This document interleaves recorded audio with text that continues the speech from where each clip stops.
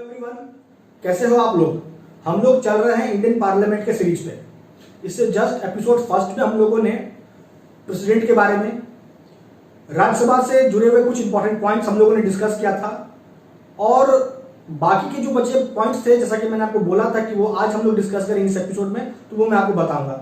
मैं आपको इस सीरीज में पार्लियामेंट से जुड़े हुए हर एक रिलेवेंट पॉइंट्स, पार्लियामेंट जो 3 ऑर्गन से बनता है, प्रेसिडेंट, लोकसभा, राज्यसभा, इन सभी के बारे में मैं आपको डिटेल में बताऊंगा। और साथ ही साथ इससे जुड़े हुए जो केस लॉज है, जो रिलेवेंट इंपॉर्टेंट केस लॉज है, जो किसी भी राज्य के जुडिशियल एग्जाम में पूछे ही जाते हैं, वो मैं आपको इस सीरीज में, कॉन्स्टिट्यूशन की इस सीरीज में मैं आपको बताऊंगा। तो आप इस सीरीज के साथ बने रहो। आज के एपिसोड को शुरू करें उसके पहले, अगर आप अभी तक हमारे चैनल पर नए हो तो इंतजार मत करो, जल्दी से जाओ, नीचे रेड कलर का सब्सक्राइब बटन है, आप उस पर क्लिक करो, चैनल को सब्सक्राइब करो, बेल आइकन दबाओ ताकि डेली लेक्चर आपको मिले। अगर आपको कोई भी समस्या है लॉ से जुड़ा हुआ, तो आप मुझे बेझिझक कमेंट बॉक्स में कमेंट जरूर करो। तो चलिए बिना समय गवाए स्टार्ट करते हैं आज के लेक्चर। तो जो मुख्यतः बात बच गया था राज्यसभा को लेकर, जो हम लोगों ने एपिसोड फर्स्ट में डिस्कस नहीं किया था, वो है पहला कि राज्यसभा का क्या यूटिलिटी होता है, मतलब कि राज्यसभा से क्या फायदा पहुंचता है देश को, राज्यसभा के होने का क्या बेनिफिट है। पहला बेनिफिट देखो क्या है कि जो राज्यों का जो प्रतिनिधित्व होता है केंद्र में, वो बना रहता है, पहला पॉइंट। दूसरा पॉइंट कि जो राज्यसभा है वो एक्ट करता है as a observing body towards Lok Sabha, Lok Sabha के कार्यों पे निगरानी रखता है राज्यसभा। अगर लोकसभा कुछ भी कार्य करता है, हाँ ये माने कि लोकसभा के कार्यों पे हस्तक्षेप नहीं करता है राज्यसभा, नहीं कर सकता है, लेकिन लोकसभा अगर कुछ भी ऐसा करता है जो संविधान के प्रावधान के या संविधान के विपरीत हो, तो फिर इस बात पे, इस मुद्दे पे राज्यसभा में चर्चा हो सकता है और इसको अगर उचित हुआ तो सही भी किया जा सकता है। तो ये भी दूसरा बेनिफिट पहुंच जाता है राज्यसभा से। तीसरा जो बेनिफिट होता है राज्यसभा से वो यह है कि राज्यसभा के होने से देश में जो राजनीति हो रहा है उसमें जो सीनियर मोस्ट पॉलिटिशियंस होते हैं उनको डायरेक्ट जगह मिल जाता है, बिना किसी झंझट के, चुनाव के झंझट को लेके। क्योंकि आपको पता है चुनाव में कितने खर्च होते हैं, लंबा प्रक्रिया है, बहुत सारा टाइम भी वेस्ट होता है। तो राज्यसभा होने से क्या होता है कि प्रेसिडेंट 12 लोगों को नॉमिनेट डायरेक्टली कर लेते हैं। तो 12 में से जो सीनियर मोस्ट पॉलिटिशियंस होते हैं, जिनका राज्यसभा में होना, जिनका देश के पॉलिटिक्स में होना आवश्यक होता है, तो उनको डायरेक्ट जगह मिल जाता है। तो ये 3 मुख्यतः जो बेनिफिट है राज्यसभा के होने का वो यही है।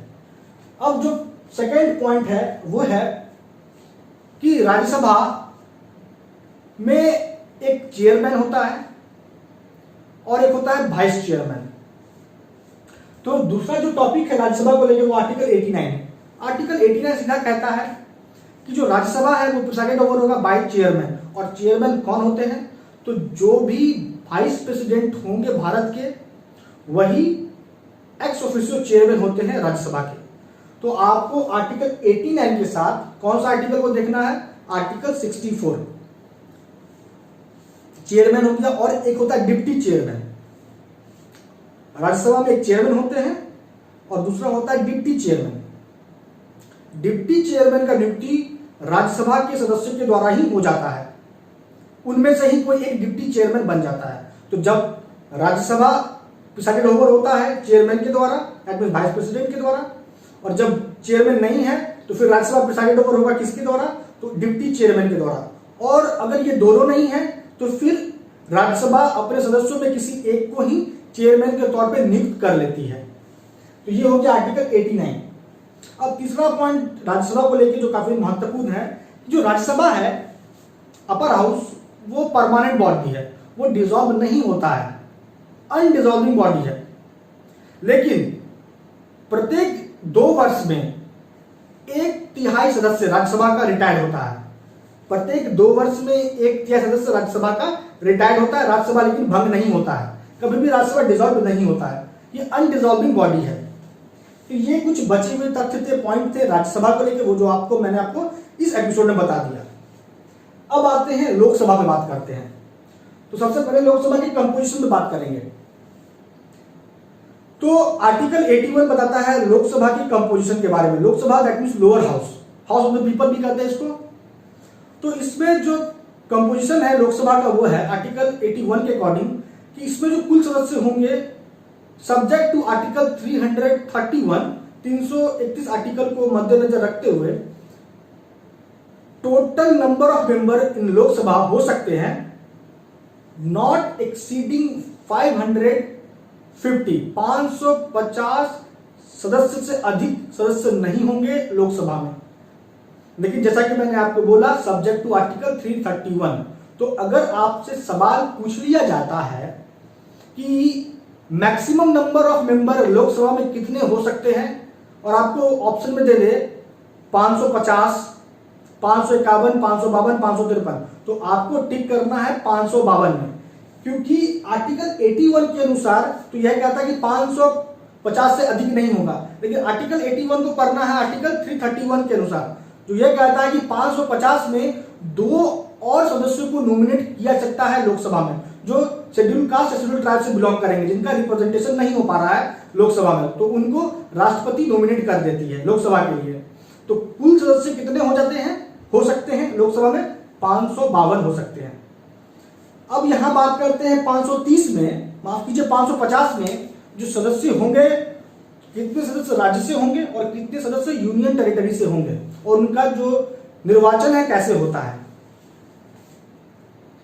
तो 550 में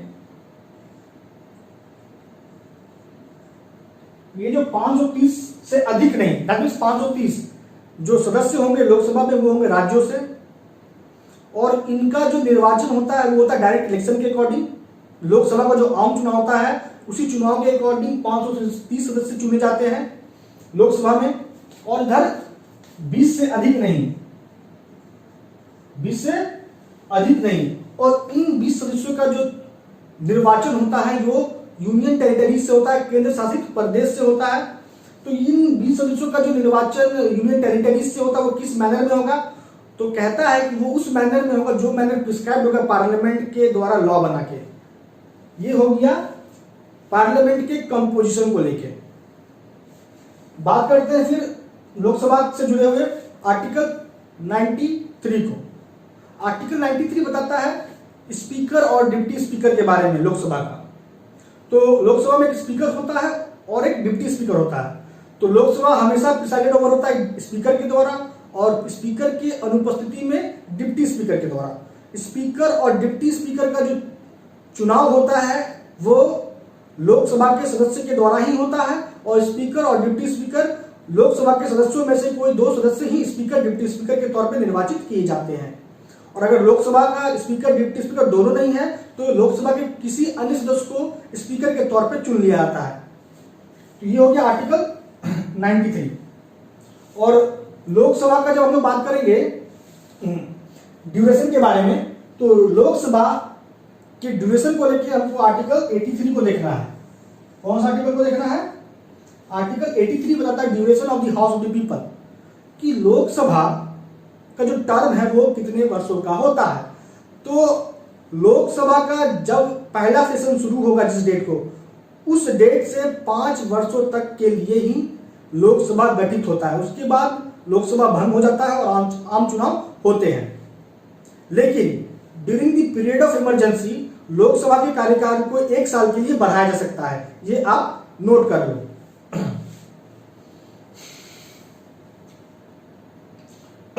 ये हो गया article 83 duration of the house of the people. अब आते हैं, बात करते हैं आर्टिकल 82 का। कोई भी आर्टिकल छूटेगा नहीं, आपको एक आर्टिकल के बारे में जानकारी मैं दूंगा। इसलिए लेक्चर को पूरा देखिए, अंत तक देखिए। अगर आपको लेक्चर अच्छा लगता है, बात समझ में आती है, तो आप इसे लाइक कीजिए, शेयर अपने स्टडी ग्रुप में शेयर जरूर कीजिए और कमेंट कीजिए, क्योंकि आपके कमेंट से बहुत मोटिवेशन मिलता है। तो ये तो हो गया लोकसभा के बारे में, राज्यसभा के बारे में। अब आगे आते हैं आर्टिकल 82 पे। 79 हम लोगों ने डिस्कस किया, हम लोगों ने 80 डिस्कस किया, 81 को भी देख लिया। अब 82 देखते हैं। 83 ऑलरेडी डिस्कस कर चुके हैं। 82 काफी इंपॉर्टेंट है। 82 कहता है readjustment after each census. Concept को समझिए आर्टिकल 82 का। बहुत कंफ्यूजन होता है आर्टिकल 82 को लेकर।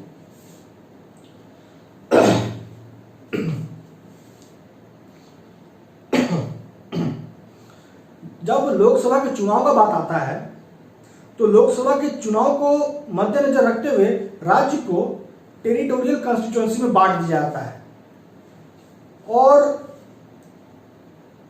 किस कॉन्स्टिट्यूएंसी से कितने सदस्य होंगे यह तय होता है उस कॉन्स्टिट्यूएंसी में जो आबादी है, कुल आबादी है, उसके आधार पर। और प्रत्येक राज्य को जब टेरिटोरियल कॉन्स्टिट्यूएंसी में बांट दिया जाता है लोकसभा के चुनाव के मद्देनजर, तो जो सीट एलोकेट होता है प्रत्येक टेरिटोरियल कॉन्स्टिट्यूएंसी को लोकसभा के लिए, वो तय होता है उस टेरिटोरियल कॉन्स्टिट्यूएंसी में पॉपुलेशन कितना है।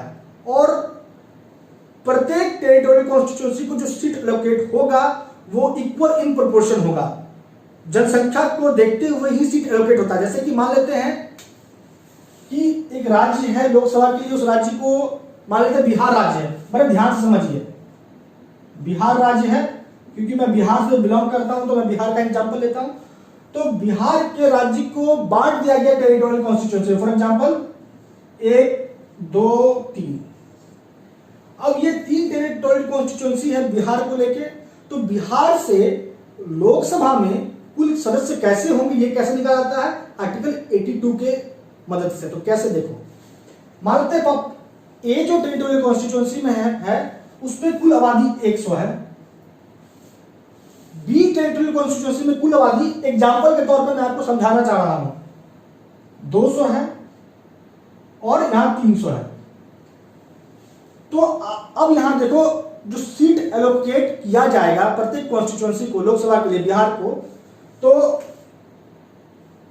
100 सदस्य पे अगर 10 सीट एलोकेट हो रहा है तो 200 सदस्य पे 20 सीट एलोकेट होगा, 300 पे 30 सीट एलोकेट होगा।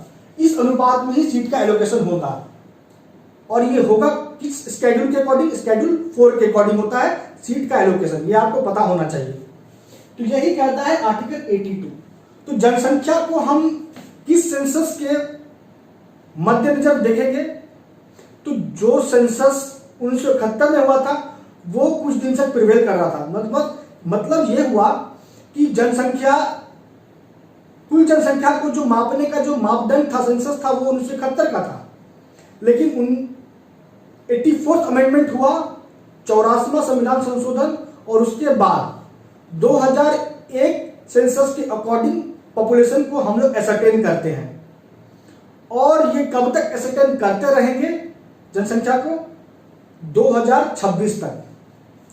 और राज्यों को जो टेरिटोरियल कॉन्स्टिट्यूएंसी में बांटा गया है वो किस सेंसस के अकॉर्डिंग बांटा गया है या किस सेंसस के मद्देनजर, तो वो है सेंसस 1971 का।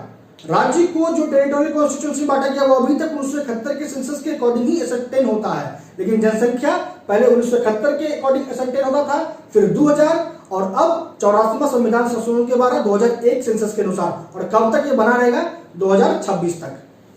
और ये जो काम का जो जिम्मेवारी है वो किसको दिया जाता है, वो एक कमीशन कमेटी होती है जिसको हम लोग कहते हैं डिलिमिटेशन कमेटी, उन्हीं को ये कार्यभार सौंपा जाता है। ये कार्य इन्हीं का है, यही देखते हैं इन सब कार्यों पे, डिलिमिटेशन कमेटी या डिलिमिटेशन कमीशन। ये आप इंपॉर्टेंट है, नोट कर लेना। अब आते हैं कुछ महत्वपूर्ण बात वोटिंग राइट को लेकर। जब आम चुनाव होता है तो सभी व्यक्तियों को, भारत के नागरिक को वोट देने का अधिकार है।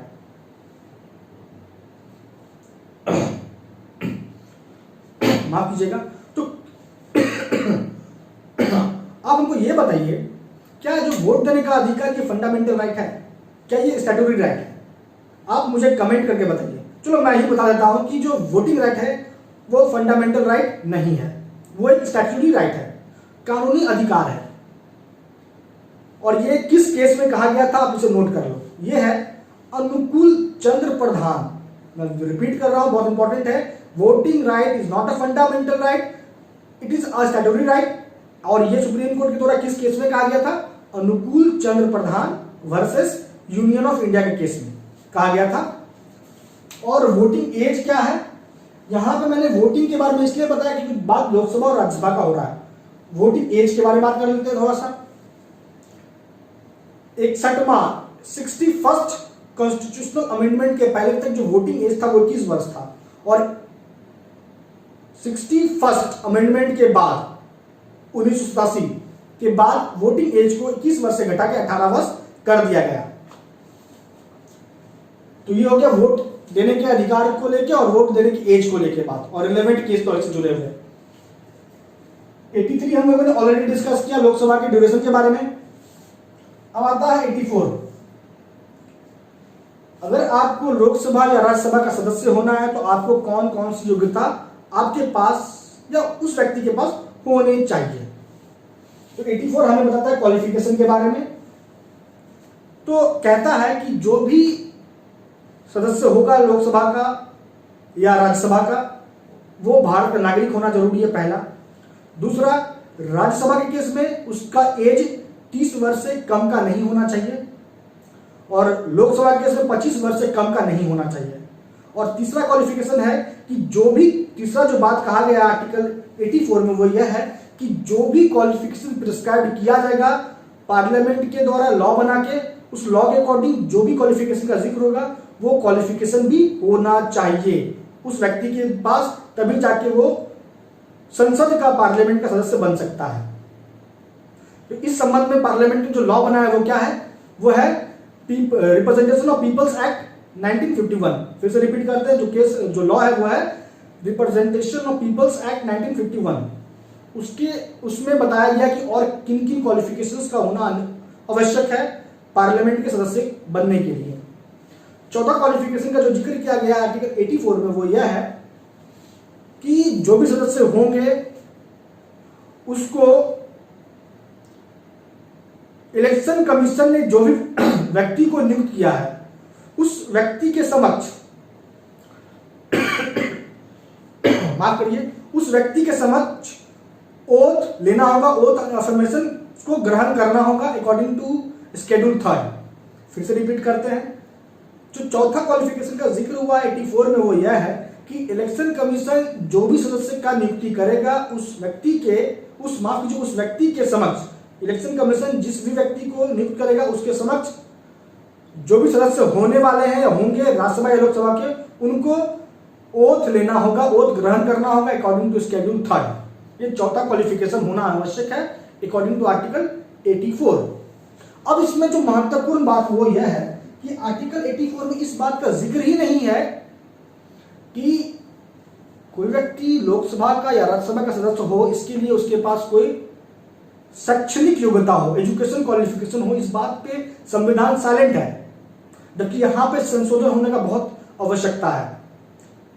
अगर कोई व्यक्ति, देखो ये एजुकेशन क्राइटेरिया भले नहीं हो सकता है कौन व्यक्ति समझदार है या नहीं है, लेकिन अगर शिक्षित व्यक्ति पहुंचते हैं पार्लियामेंट में तो संभावना यही है कि देश अच्छे से चलेगा, अगर हम उसको तुलना करेंगे अशिक्षित व्यक्ति से।